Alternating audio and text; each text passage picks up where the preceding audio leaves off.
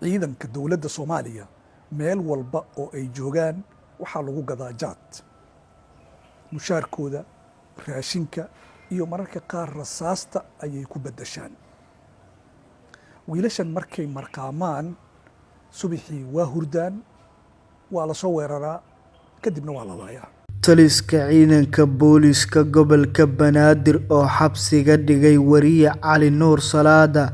maxay tahay sababta ay xabsiga u dhigeen? muuqaalkan ayaan idinkula wadaagi doonaa, iyadoo talisku ay ku eedeeyeen anshax xumo, been abuur iyo sidoo kale aflagaadeyn uu u geysanayay ciidamada qalabka sida.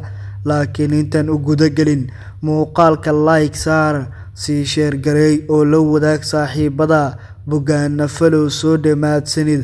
aynu ku bilownay muddooyinkii lasoo dhaafay Cali Nuur Salaada oo ka mid ah wariyaasha Soomaaliyeed ayaa barta qaaska u ah ee uu ku leeyahay baraha bulshada waxa uu ku baahin jiray muuqaalo kala duwan oo uu kaga hadlaya xaaladaha dalka, iyadoo mararka qaar la arkayay Cali Nuur oo ku dhiggan ciidamada xoogga dalka Soomaaliyeed iyo sidoo kale xubno ka tirsan golaha shacabka baarlamaanka federaalka ee Soomaaliya.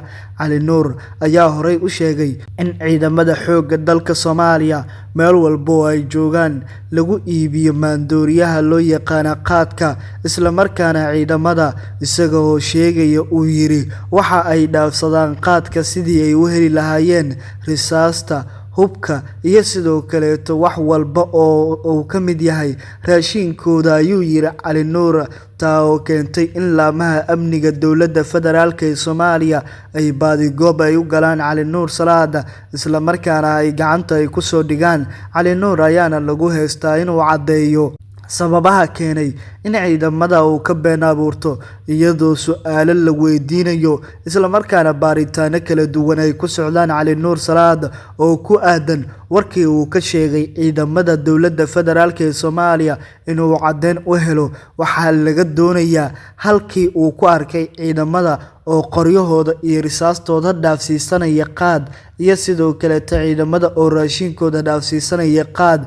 sababta ugu weyn ee Cali Nuur uu u xiran yahay ayaana taasi ah, maadaama uu sheegay in ciidamadu risaasta iyo sidoo kale qoryahooda iyo raashinka ay dhaafsiistaan sidii ay u heli lahaayeen qaad oo kaliya.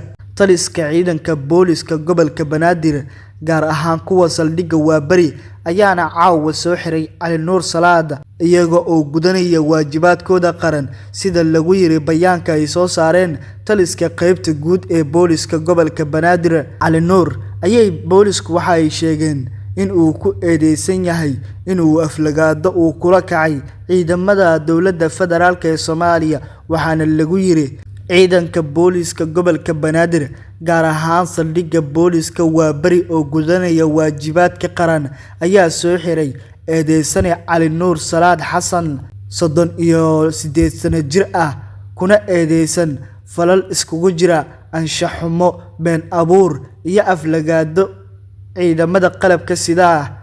waxaa ku socoto baarista booliska waxaana la horgeyn doonaa maxkamadda awoodda u leh, ayaa lagu yiri bayaanka ka soo baxay ciidamada booliska gobolka Banaadir, kuwa oo gacanta ku soo dhigay Cali Nuur Salaad oo ah wariye ka hadla arrimaha Soomaaliya. sidoo kale Cali Nuur ayaa muddooyinkii ugu dambeeyay bar uu qaas u leeyahay oo uu ku leeyahay aaladda Facebook ku gudbinaya muuqaalo kala duwan oo uu kaga hadlayo xogaha dalka, iyadoo mararka qaar loo arkayay in muuqaaladiisa ay ku jiraan gaf uu kula dhaqaaqayay ciidamada dowladda federaalka ee Soomaaliya iyo sidoo kale madaxda dowladda qaarkooda. daawade haddii aad soo gaartay dhamaadka muuqaalka, like saar, sii sheer gareey oo la wadaag saaxiibada. bogaana falow soo dhamaadsanida. ciidanka dowladda Soomaaliya meel walba oo ay joogaan waxaa lagu gadaa jaad, mushaarkooda, raashinka iyo mararka qaar rasaasta ayay ku bedeshaan. wiilashan markay marqaamaan subaxii waa hurdaan, waa la soo weeraraa, kadibna waa la laayaa. meertadan waxaan marqaati ka ahayn ugu yaraan 15 sano ee la soo dhaafay. haddii aan isku waafaqsannahay qaadku in uu mushkilo ku yahay amniga iyo jiritaanka Soomaaliya,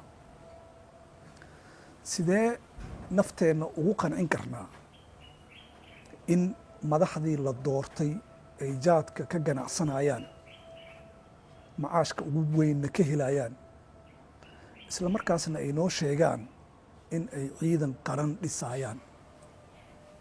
ganacsatada daroogada dowladda ma dhisaan, dalalna ma hoggaamiyaan.